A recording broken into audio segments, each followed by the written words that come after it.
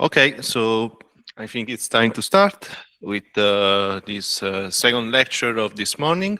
So again, on unsupervised learning. In particular, the focus of this lecture will be on self-organizing map. The lecturer is Francesco Schilliro from the Osservatorio of Catania. A quantum friend, even if it's not about quantum today. So the floor is yours, and let's start. Okay, thank you, Giuseppe. Thank you. Today we will talk about self-organizing map as an important tool for unsupervised learning.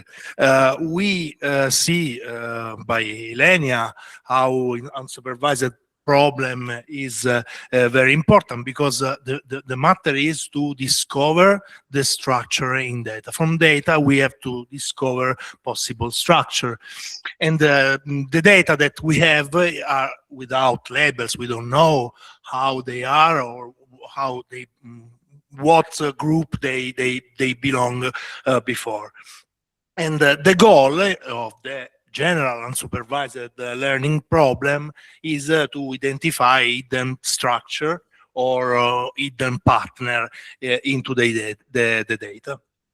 The task that we can do is clustering, as Ilenia shows before, dimensionality reduction or codifying, for example, and feature extraction and anomaly detection. And it is quite difficult when we have, for example, multispectral or hyperspectral data cube.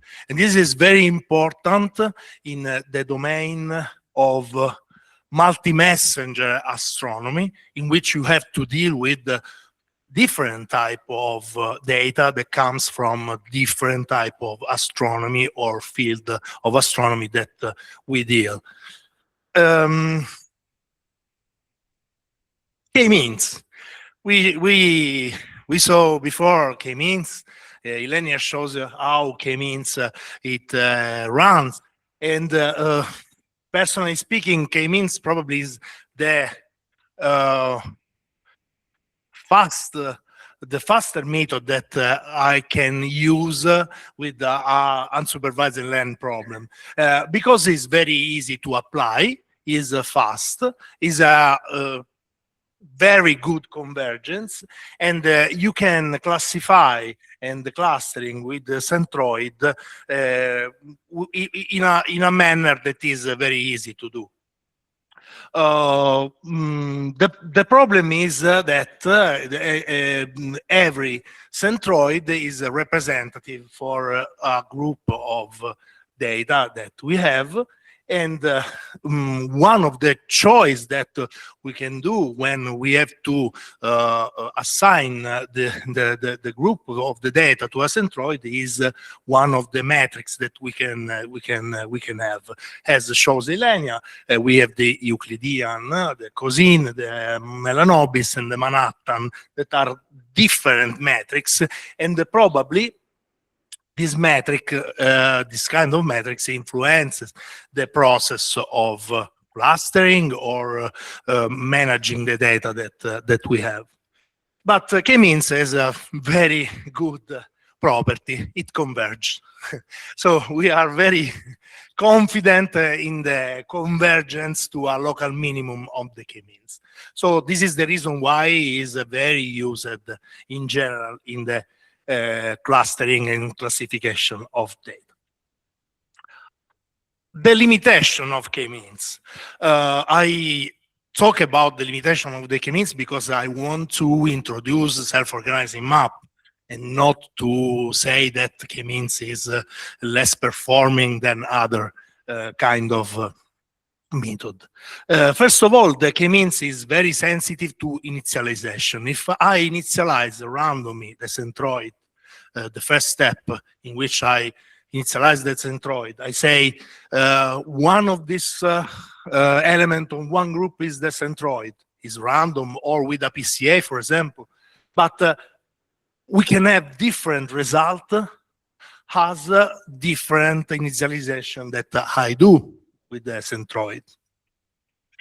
In general, K-means is not so performing with different shapes or complex shapes.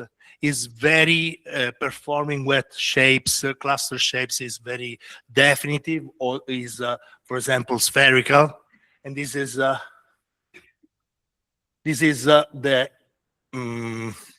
example, the figure in that is showed. We have, in this case, a clusterization very complex. That this is the response of the K-mean process. And as we saw, K-means requires a predefined number of clusters. We have to know, roughly or not roughly, the number before the number of the cluster. And in particular, there is no notion about topological structure. I show after what is the meaning of this.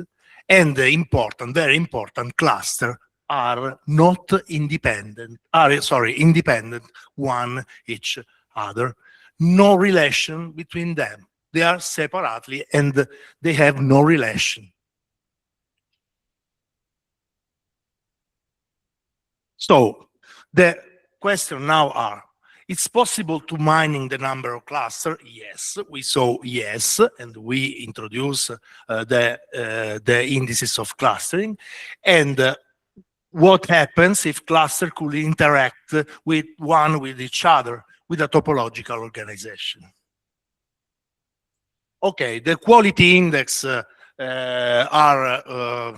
we talked about the clustering quality index. We saw the silhouette score. We saw the elbow method. And we saw the Davis-Baldwin. And there is another one that we saw is Kalinski-Arabas. There are methods of predict the number of clusters. And almost they compute the compactness of intracluster. And there is a ratio of the compactness of the object inside the cluster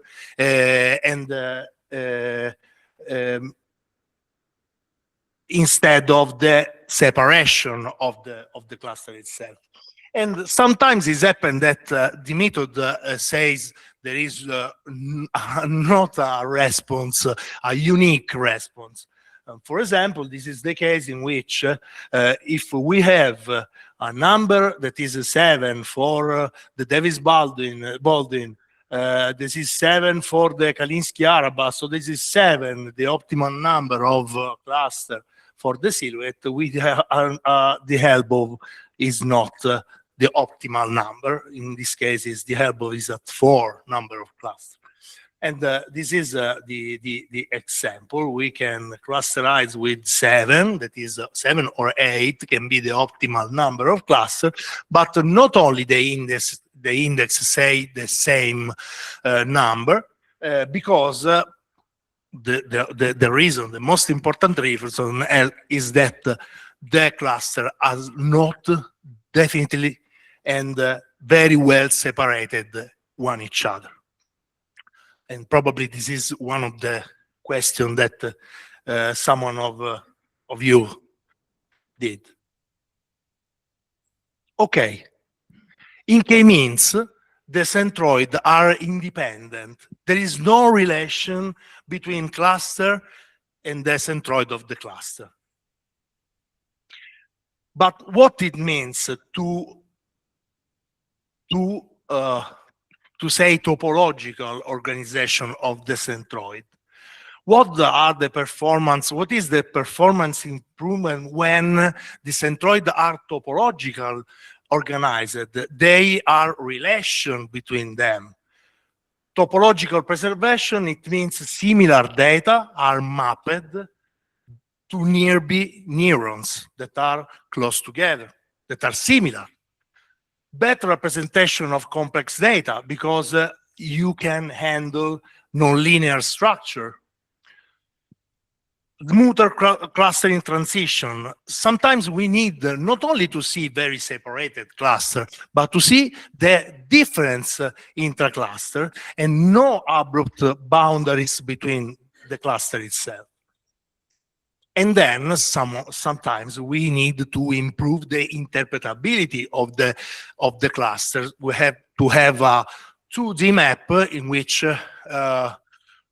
understand what are the cluster and what are the zones that are different from the cluster itself. And in particular, the topological organization is very robust to the initialization of the data. So this is an important experiment that we do. Look at the image now for 4-5 seconds, and then close your eyes and see what your neurons of your cortex record.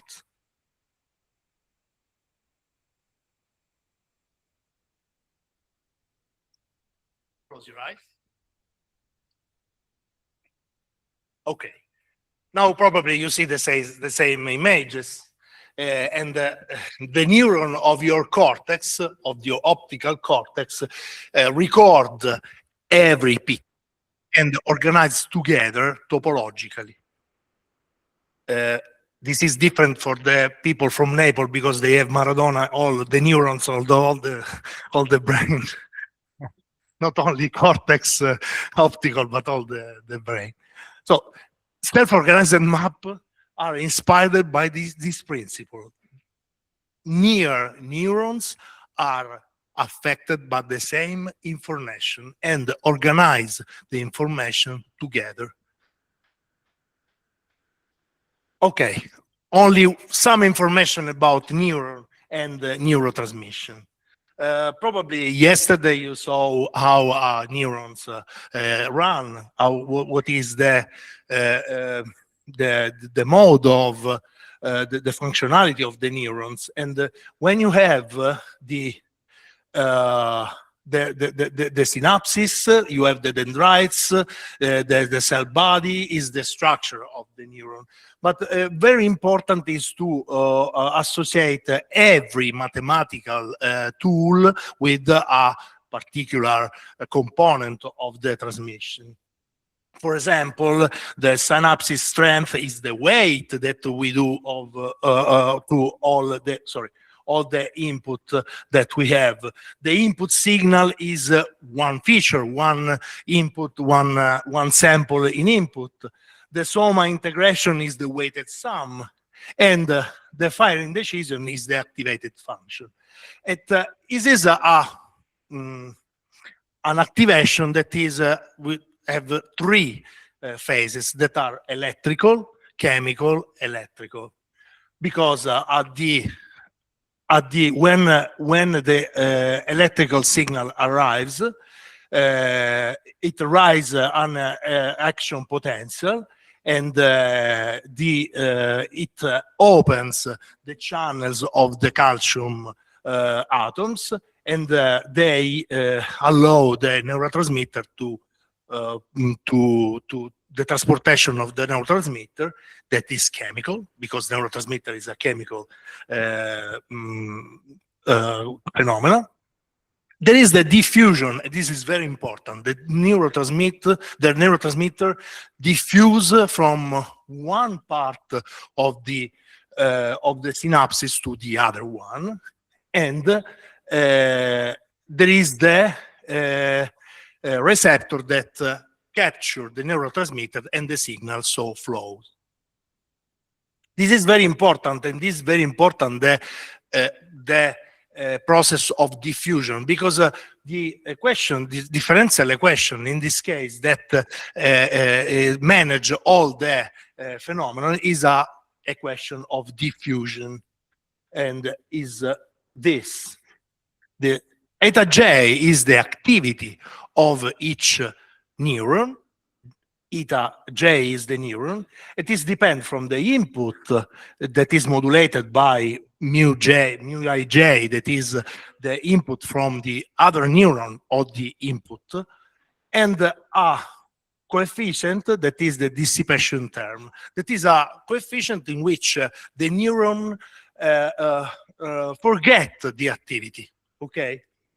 Regulate its level of activity in order to create a function that in the time is a decreasing exponential, and the level of the exponent is proportional to gamma, that is the forgetting terms.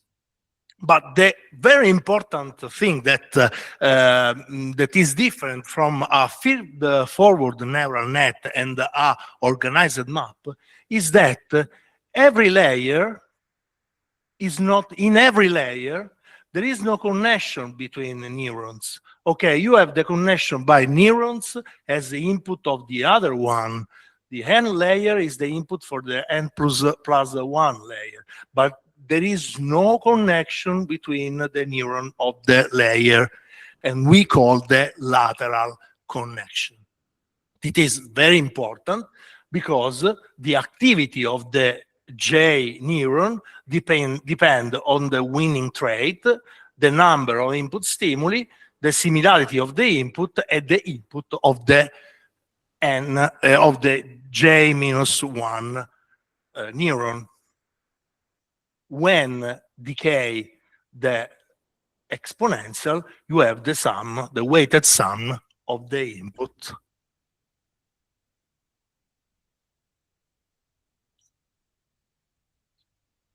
What is the self-organization?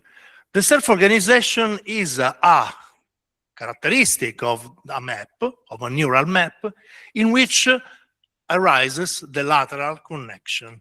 The neurons are connected not only the N and the N plus one layer, but the neurons between inside the layer. And in this sense, the lateral connection. The lateral connection is this. You have the N layer in which all the neurons are connected each other, all the neurons of the N layer, and all the neurons on the N plus one, and so on. This lateral connection is very important because there is an adding term that is proportional to the activity of the neuron of the layer, in which happens different things. Lateral interaction introduces cooperation between neurons. Neighboring neurons are excited while distant neurons are inhibited. Activity concentrates into localized region, it is the activity bump. And instead of a single neuron, is a group of nearby neurons that activates. Neighborhood cooperation enforces mood adaptation. So similar neurons grows their activity together. That is very similar to our nearby neurons, and inhibit the activity of far neurons. And inhibition prevents global activation. Maradona is very activating all our neurons, but really our brains organize and our neurons are organized so that nearby neurons activate, not only the neuron activate. And so there is a balance between the excitation and the inhibition, and this is the self-organization process. So the self-organization process is the organization of the activity of nearby neurons when they are excited by a stimulus, and the inhibition of other neurons that are far.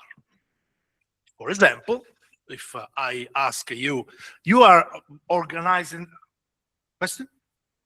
Oh, you are organizing the different cluster. Yes, yes.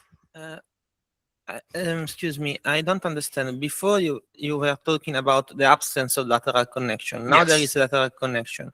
Is this an improved way of machine learning, or is I got lost? Yeah. Very, very good question. The absence of lateral machine learning is the running of the functionality of the layer of deep learning, for example, or machine learning, classical machine learning. This is different. This is an organization by neurons that are together, and you say not phases of neural layer that activate one phase, one layer to each other, but is a group of nearby neurons that activated.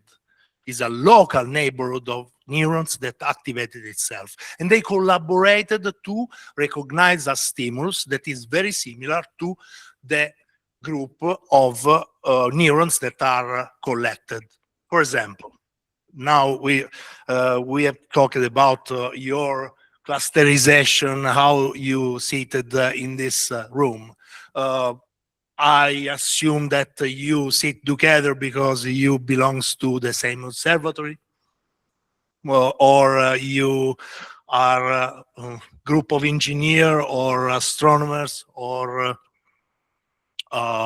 computer scientists, or okay, they stay because there is the power supply. Typically, they are computer scientists for the power supply. And so, if, for example, I talk about an engineering terms that is very sensitive for engineer, an engineer can say, okay, I know these terms, and probably all the people around him knows this term, or can they understand it then because it's an engineering terms or physics, or I can do one example to try, but is an example to understand how topological, how the neuron organize topologically to understand a stimulus. Probably after, with the other example, we can understand better. Okay.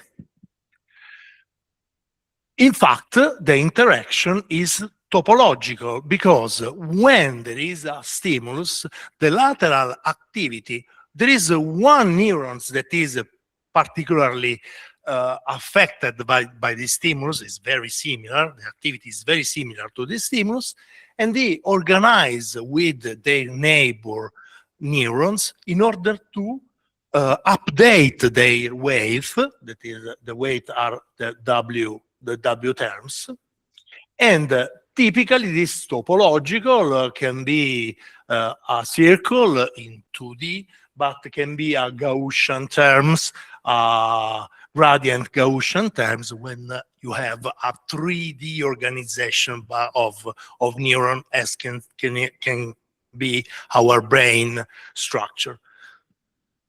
So the idea is that K-means recognize a clusterization of data. The SOM, the self-organized maps, organize the receptor of this clusterization by neuron that activate together and work together. Okay, probably this is very quickly, probably you will heard about the Hebbian learning. Hebbian learning is one of the concepts that enforce the concept of work together around a neuron that is winning and that is firing, and who is close to the neuron that's fired collaborate with the neuron itself. So cells that fire together wire together. Okay, the self-organizing map is a tool, a set of tools capable of an unsupervised, autonomous learning from data. and they adapt according a rule of synaptic plasticity of our brain, our neuron in our brain, as a response to external stimuli, as the photo, the picture of Maradona did. The properties is that at each stage of representation or processing, each piece of incoming information is kept in its proper context, in a neighborhood of context, and the neurons that deal with the same kind of information are kept close together, so that they can interact with the short synaptic connection. And this is also a way of our brain to save energy, for example, save information and save energy. One particular, the first and simple and historically the first kind of self-organizing map is the Cohonen net. The Cohonen net is a representation of a set of neurons that have the lateral connection between them, that has stimulus by sample, external sample, that are connected to each of neurons. Okay, and at the first time when Cohonen introduced this tool in the 1993, if I remember well, the first net was used to classify and to cluster data. And how can run? Suppose you have 4 data points that are the crosses in a map, and 2D map, for example, and want to map with neurons, with a neurons connection, but these neurons that are the circles, in this case, that are connected one to each other, is not as the centroid of the k-means that are not connected. They are connected one to each other. There is no fully connected map that is not fully connected, that are not the connection of all the neurons, but they are connected. Choose one of the stimulus, external stimulus, for example, this, okay, and do the first measurement with one of the neurons. This is the nearest neurons. Okay, this is the winner. This is the neurons that are more similar to the input stimulus. Okay, these neurons will be updated in order to get closer to the stimulus, okay? But this is connected to this and is connected to this. So they move, all the 3 moves towards the input stimulus. So they are moving. 1, 2, 3 is different from the initial position. We do another input stimulus that is this. What is the neuron that is close to this input stimulus? Is this, and is connected to this one. So they move together with different amount of activity, but they move together close to the stimulus, to the input stimulus. So if we go on, we have the plasticity of the map that is very similar to the distribution of the input, of the map of the input. This is a concept of plasticity. Neurons change their activity, their weights, their activity, their position, and they change together. Together, the neurons that are in the neighborhood, the nearby neurons that are activated by the winner. So there are different processes to use to update a self-organizing map. The first one is the initialization. The process of initialization is very different for the k-means, because in the k-means we say, okay, the centroid, these are the centroids, often are randomly selected. In this case, you can do, yes, random selection, or, for example, you can run a PCA algorithm in order to evaluate what are the direction of the information that is hidden into the input data. But really, you can do random, for example, at the first site. But you have to normalize it, because they can come from data that are very different in amplitude, and it's very important to normalize it and to have data normalization. You can normalize by statistical process with the sigma, that is the standard deviation, or by maximum. It's not the same, but is a different philosophy or organizing the data. Some self-organized map does not learn from absolute values, but from distance. And so the scale of this distance has to be consistent. And so this is the reason why we have to normalize the data. The second process, the second process is the competition. As I said before, there is one neuron that is similar to the input, value, the input stimulus that fire the neuron itself, and these neurons is connected to the nerve neurons. But there is only one winning, and this winning is calculated by, for example, a Euclidean distance, but you can use other distance. As we saw before, Elena showed that we have different distance, cosine distance, Euclidean, Mahalanobis, Manhattan, and we can use different distance. Distance in the criteria for select the winning neuron. The winning neuron is not updating itself, but it updates with the nearby neuron, the group of neurons that are close to him. And we can select by, for example, as I said before, by a circle if we stay in 2D, or by a Gaussian, a gradient Gaussian if we are in 3D. And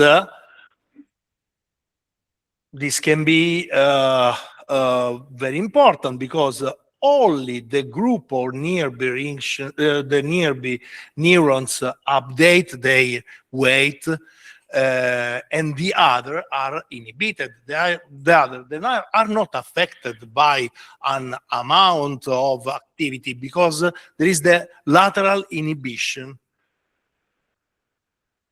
So only a region of neuron is affected by the information, and this region of the neurons is specialized to recognize a stimulus, this particular stimulus. This can be time varying, in the sense that probably the sigma, that is the width of the Gaussian, is changing with time, and it can be shrinking with time, in order to select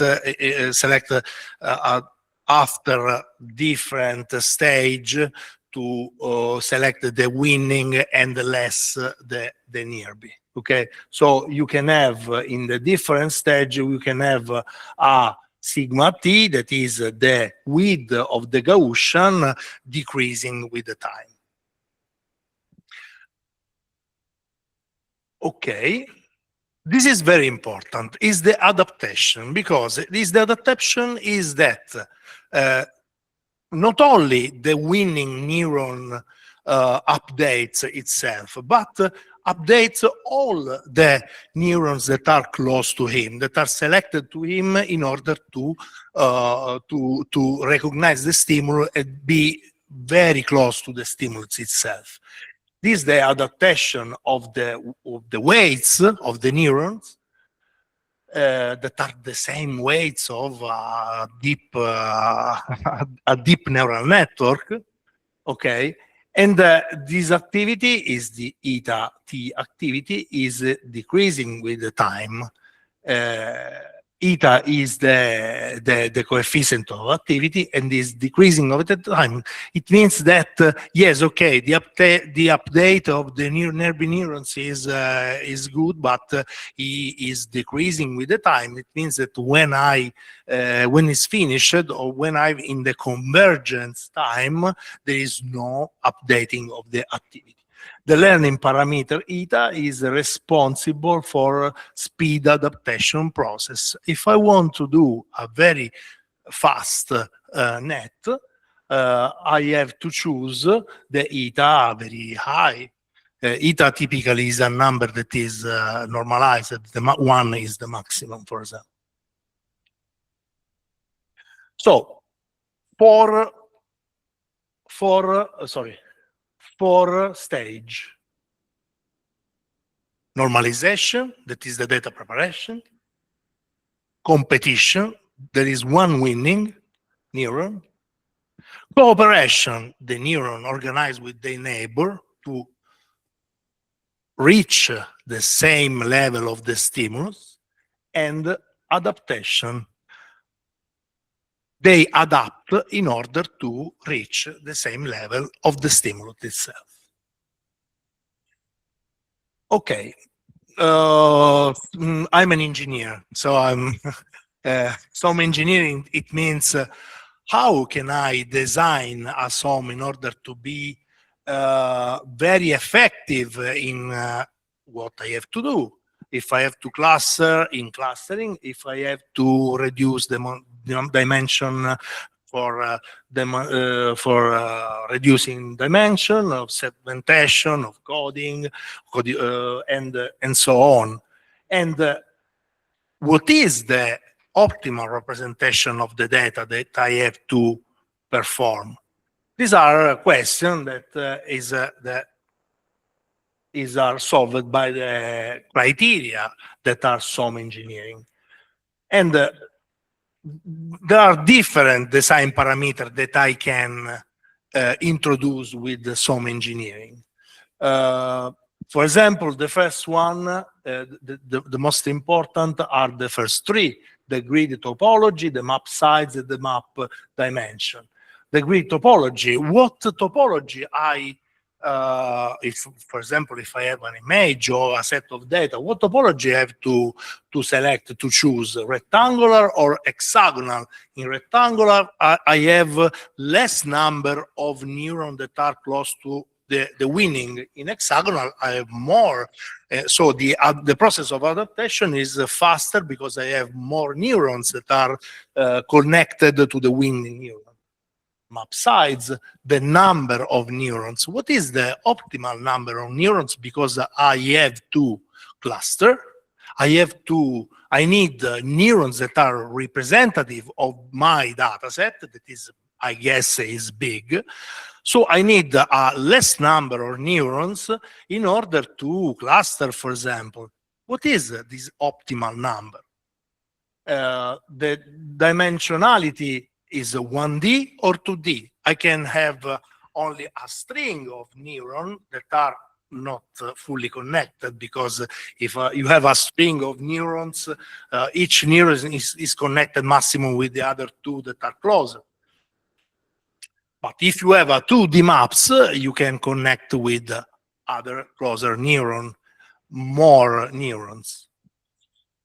The aspect ratio of the grid, you can have rectangular or squared, for example, and if you have a ratio that is different, is not one, and you have squared, you need that, it means that you have a biased kind of data in input. And the connectivity, as we saw before, in the yellow, in the example of on this example, there is no fully connection between neurons, but they adapt as well. And typically the connectivity is a full connection between neurons. So these are all parameters that are typically heuristic. There is probably some rule of thumbs, but not strictly, or formulas that are, for example, the number of neurons when you want to do a good clustering, the number of neurons can be 5 times the radix of the number of samples. Okay, if you have 10,000 samples, the radix the radix 100, and you can choose a lattice of 500 neurons organized, for example, in square map. And these are only heuristic. There is no formula that is that help us to have a deterministic parameter or organization of the parameter, and so on. We can go, for example, understand what is the number or input feature. When I said, okay, there are people that are engineer, computer scientists, physics, or you come from a region of Italy or other countries, that are feature, okay? If you are an engineer, instead of is a feature, is you are Italian or Swedish, or is another feature. If you are computer scientist, and it's very important to understand what are the features that I want to select and how the feature are organized. So the number of input feature is very important, because sometimes clustering is very useful for one kind of feature, but not for other. Okay. So the feature engineering is very important, and it takes a lot of attention, because sometimes a clustering failure is not for a method that you want to use, but for the feature that are not good selected. Okay, the other one is the learning parameter, the eta parameter. The learning parameter is how fast you can organize your map according the organization of the information that hit our neurons, and this neuron organize, and it depends on the values of eta, the eta 0 that we saw, the times of decaying of the learning, the neighborhood function that can be Gaussian or Mexicanet. The Mexicanet is very important because is the opposite of the Gaussian. You don't takes with you, the winning neuron doesn't take with him the neighbor, but inhibit the neighbor and amplify the far, for example. Is another kind of learning and of organization. The decay of the learning rate, for example, and the radius, the initial radius. Also, the way of organize the weight of each neuron. That is, the formula is this. And to go home, okay.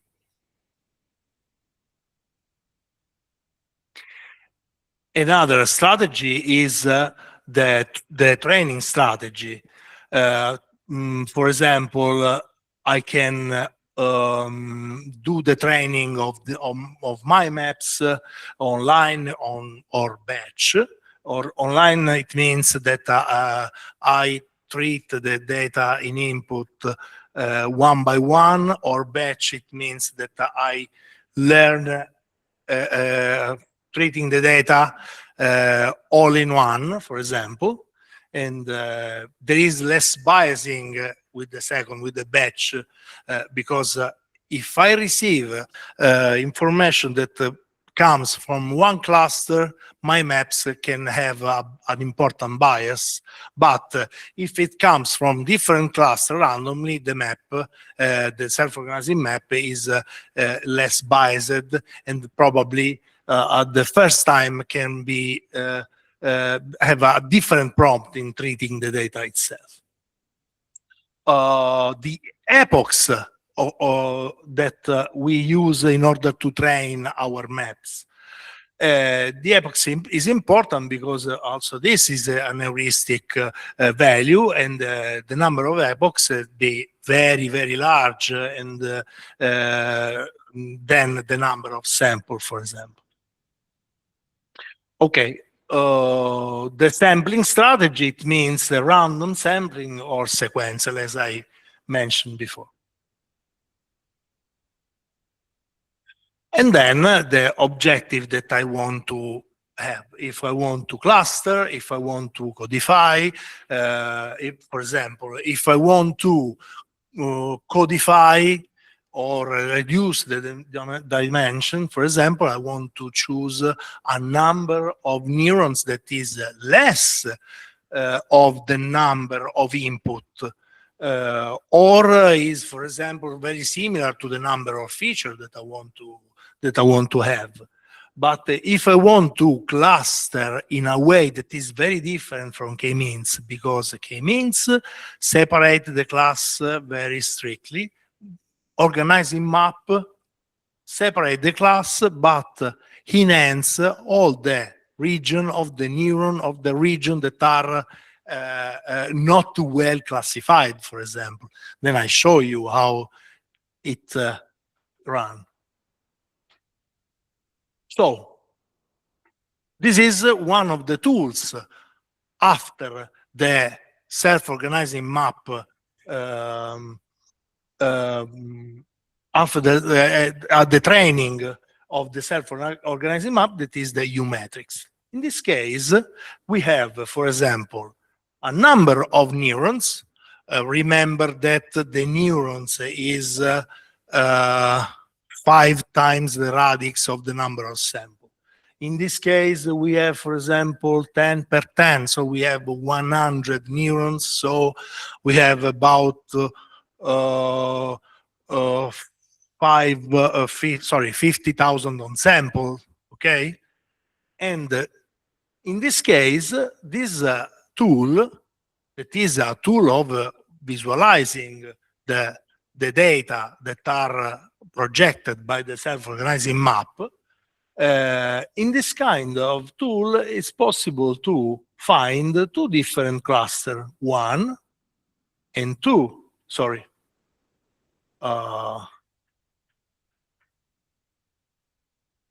1 and 2.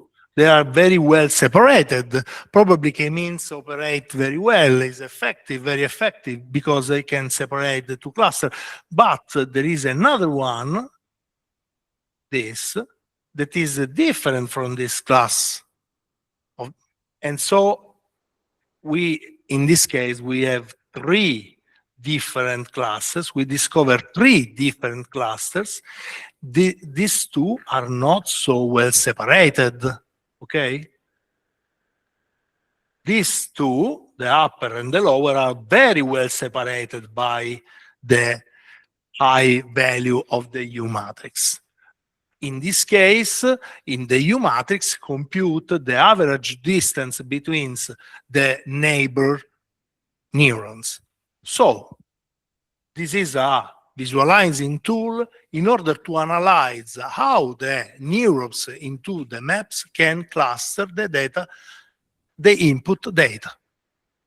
Each input data is represented by one neurons in the map. So a number of data are represented by the neuron, and by this tool we can visualize the cluster. And in this case it's very different from the k-means, because the k-means separated but can treat properly the data that are in the middle of clusters that cannot be classified properly. Now we will see the IRIS dataset, for example. This is an example of the IRIS dataset that is very useful as an example.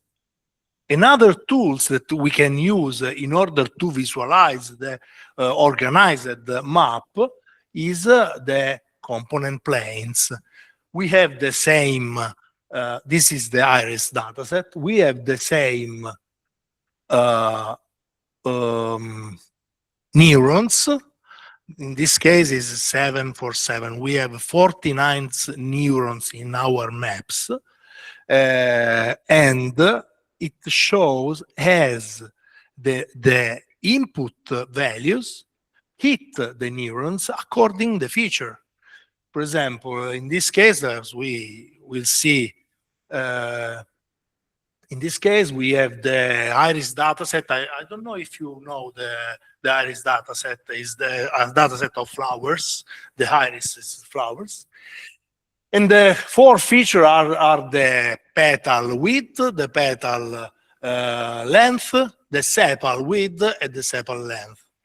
And this says that, for example, this kind of neuron that are responsible for a kind of the iris, is well suited by, for example, sepal length. I don't read, sorry, this is the, yes, sepal length, petal length, but is not suitable with the sepal width, for example. And this is the component place is a tool that maps how feature can be represented by the neuron and the characteristic of the neuron itself. There are other tools that we can use. For example, the MBU mapping. MBU is the best matching unit, is the neuron that win the competition. And for example, this kind of the neuron of the map, of the self-organizing map, is hit by a lot number of input samples that, and so is an attractor for input, okay? And so this is the heat map. The cluster map is how can we cluster these maps and to recognize different cluster inside. Sorry. And the label map is how to label the different class into the map itself. To do an example of astrophysical data, I show you an example of segmentation. In this case, in the case of segmentation, we use a number or map or neurons that is very close, that is equal to the number of features that I want to recognize. Is with the k-means, is very similar to k-means. So silhouette score, Davis Baldwin, Kalinsky-Arabas, I do this processing in order to find what are the number of class, the number of the clustering number. But at the same time, I want to deal with the image that I want to analyze, and we have different region. So, according to the different region, according to different data that comes from different wavelength, according to different features that I want to see, it's possible to cluster, to separate this region. And after the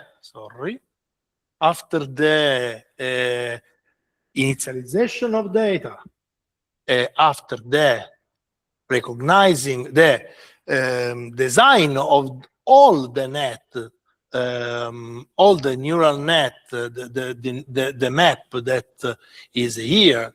These are the multispectral, the data cube, okay?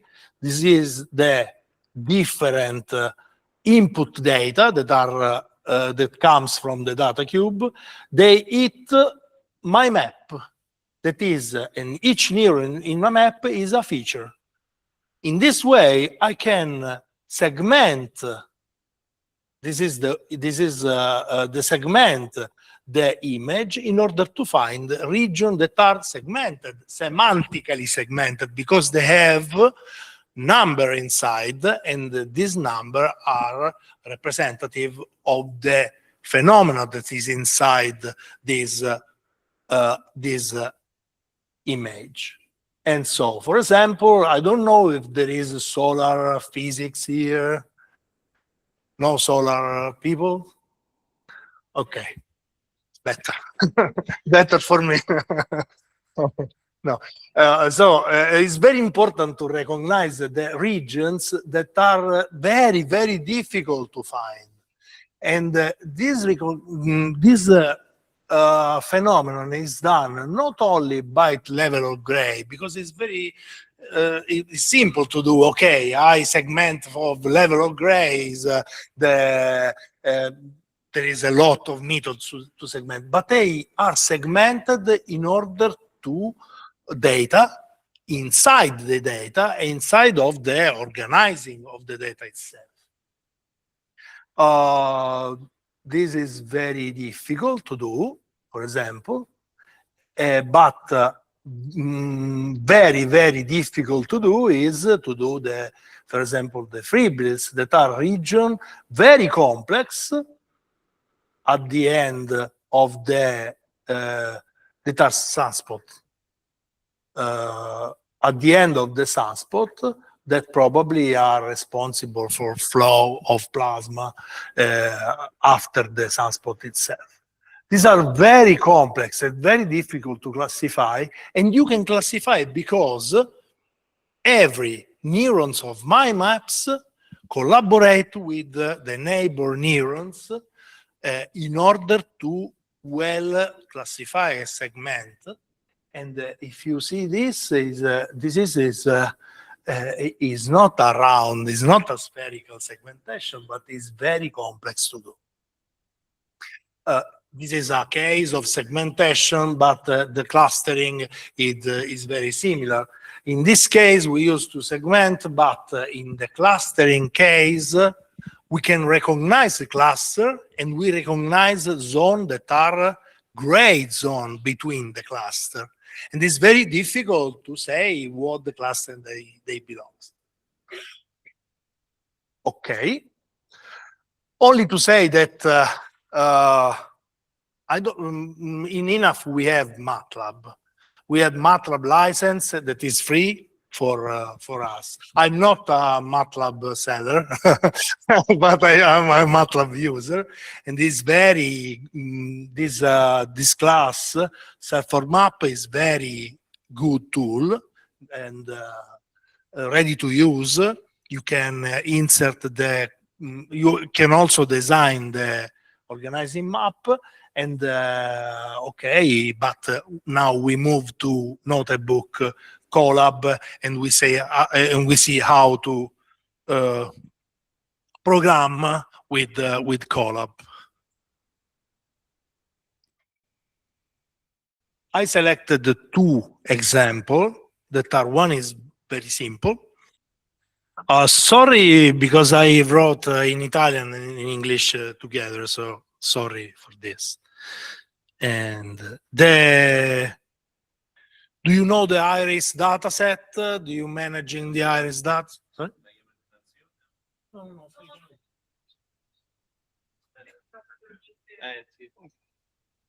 The iris data set is a collection of iris flowers with different characteristics, with different features,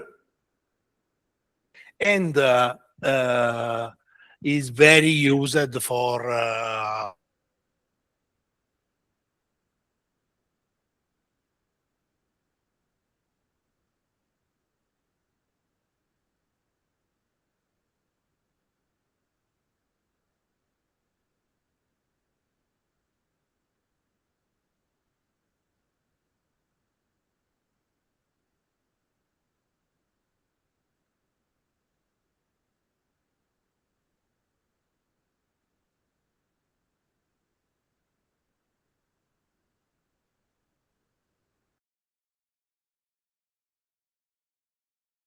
eta 0 is 0.5 is very politically correct. Is the maximum of eta 0 is 1, so we select the value of the middle value. Yeah, sorry, yeah.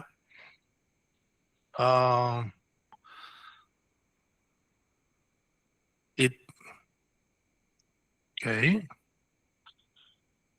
And the good news is that I can deal with the MacBook. Okay. Okay. So the Euclidean distance, say, the normalization is not with maximum normalization, but with standard deviation, and the learning rate, okay, the neighborhood radius, we select the Gaussian neighborhood with a radius that is 1.5 per example, and is decreasing, exponentially decreasing with time. The updating of the weight of each neuron is Hebbian, as I said before, with this rule of updating. And the training strategy is random. The data arrives randomly, so that there is no bias in the net. We do 1,000 iterations, and there are all parameters that are very heuristic, but are the classical parameter that we use when we have a net that we can know the characteristic of the data in advance. Okay. I did a comparison with k-means, so let me run the, okay, bene.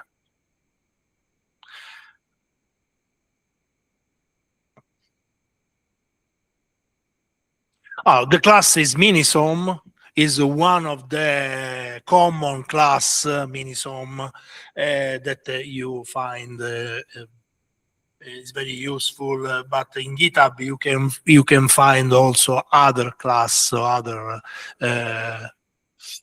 I don't know. Probably it's not running. I don't know why.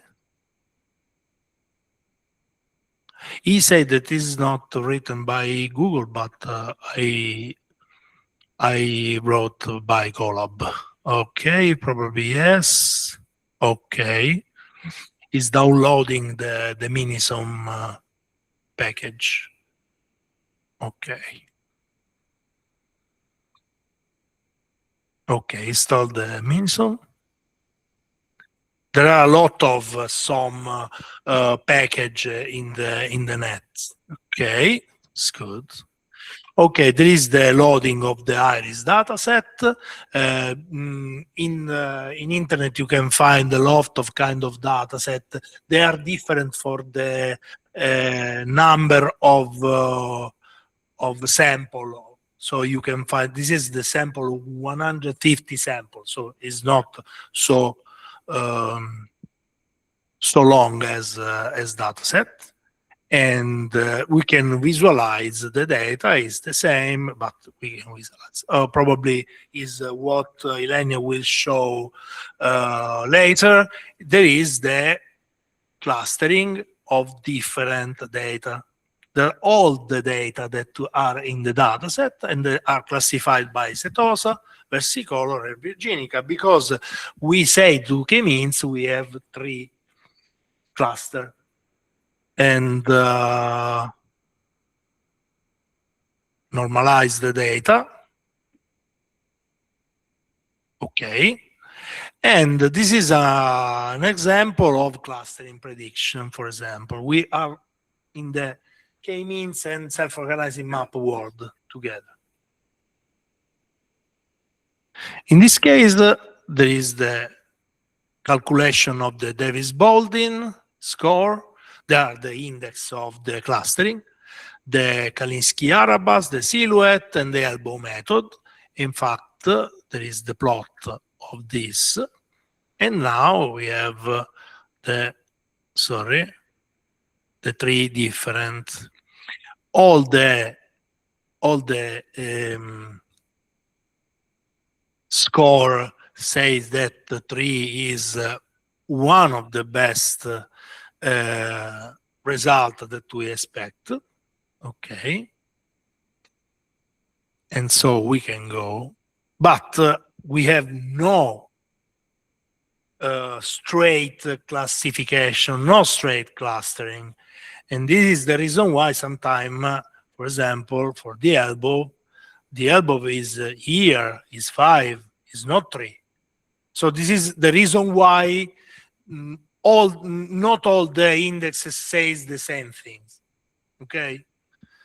For example, here the elbow say 5 and not 3. And the reason is that there is not a strict clustering. Okay. But there are gray zones that the self-organizing map can detect. Okay.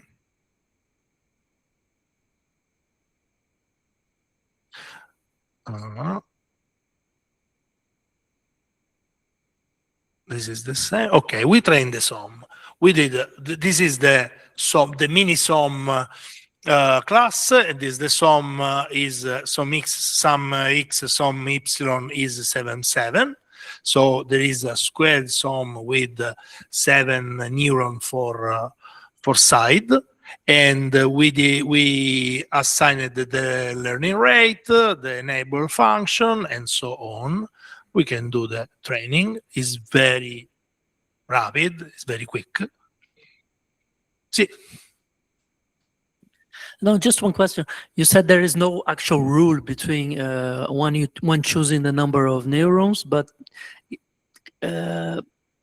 could be related to this data size. I don't know if I have a. Yeah. Okay, Yeah, that's yeah. what I thought. Like I have 1 million points. I have to at least 200,000 neurons. I don't know, something like that. There's It like depends. empirical rule or something. It depends on what we want to do with the sum and how is the number of input, So if you want to cluster, it's better to use a number of neurons, a high number of neurons. Not so high, but high number. If you want to segment, you can use the same number of neurons of the feature, for example. Okay, or the cluster. If you want to better cluster, you have to use a high number. If you want to do the coding or the reduction of the dimension, you have to use less neuron because you want to assign a large number of sample to only one kind, a less number of There is somewhere a list of empirical rules like that where it only experience. No. But on your brain. Yes. No.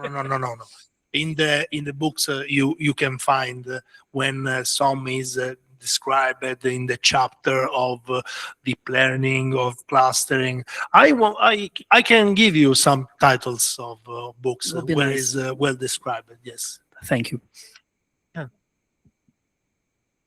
Yeah, but usually you can also try to understand how many neurons you can use in the sum using two kind of errors that we have, that we can quantify in the self-organizing maps, that are the topological error and the other one, I don't remember the name. The quantization error. Yeah. So you can see, for example, how many neurons are you using and how many if this error is big or not, and then you can try to balance these two errors and then to find the best solution to your data set. So you can also do this thing as using this kind of metrics. Sorry. Thank you. No. Thank you. Okay, and this is the U matrix. And you have 49 neurons, 7 and 7, organized in a square grid. And you can see for sure Typically, when there is a cluster, it goes into the corner of the maps. It's very typical, and I don't know if it's a bias or is probably the selection of some parameter, but when you want to find cluster, look at the corner of the maps and you find a cluster. This is a rule of thumb. And in fact, you can see this. This is a cluster, okay? This is well separated with the black. The black values are the separation by the cluster. And this is another cluster that is big, but really we know that we have 3 clusters. And these 3 clusters we know in advance, but are probably separated by this kind of region. So we have for sure 2 clusters, but we have gray zone, and we know that the clusters are 3. But this is really the role of the self-organizing map. When it's not possible to have a very strictly defined cluster, self-organizing map says how the neurons, and so the sample of your data set belongs or not belongs to, or belongs to a gray zone. In fact,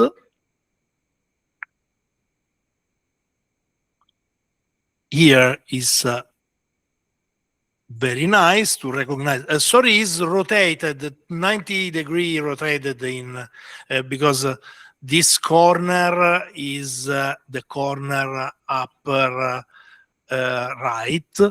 I didn't find a solution to rotate this.